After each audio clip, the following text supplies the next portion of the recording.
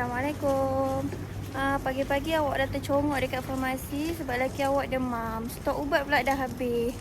Inilah Daksat tinggal di Eropah ataupun di Finland. Panadol tak ada dijual dekat kedai-kedai biasa. Kena pergi farmasi sahaja. Tapi farmasi buka lambat. Okey, dah dapat. Siapa-siapa datang Finland lupa bawa ubat, sakit pula kan. Jadi boleh beli jenama ni. Ini antara yang murah lah. Nak yang Paramax ni PCM je. Tapi dia 1000 mg. Jadi makan satu je. Bila datang Finland, sakit sikit je, lekas-lekas makan ubat. Sebabnya tak nak sakit tu melarat-larat, berjangkit-jangkit.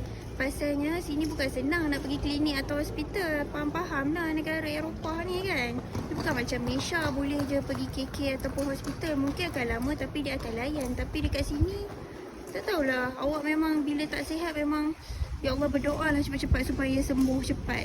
Ada yang kata pergilah klinik swasta. Awak takut lah nak pergi klinik swasta. Tak tahu berapa ringgit pula charge-nya kan. Sini mana ada panel-panel.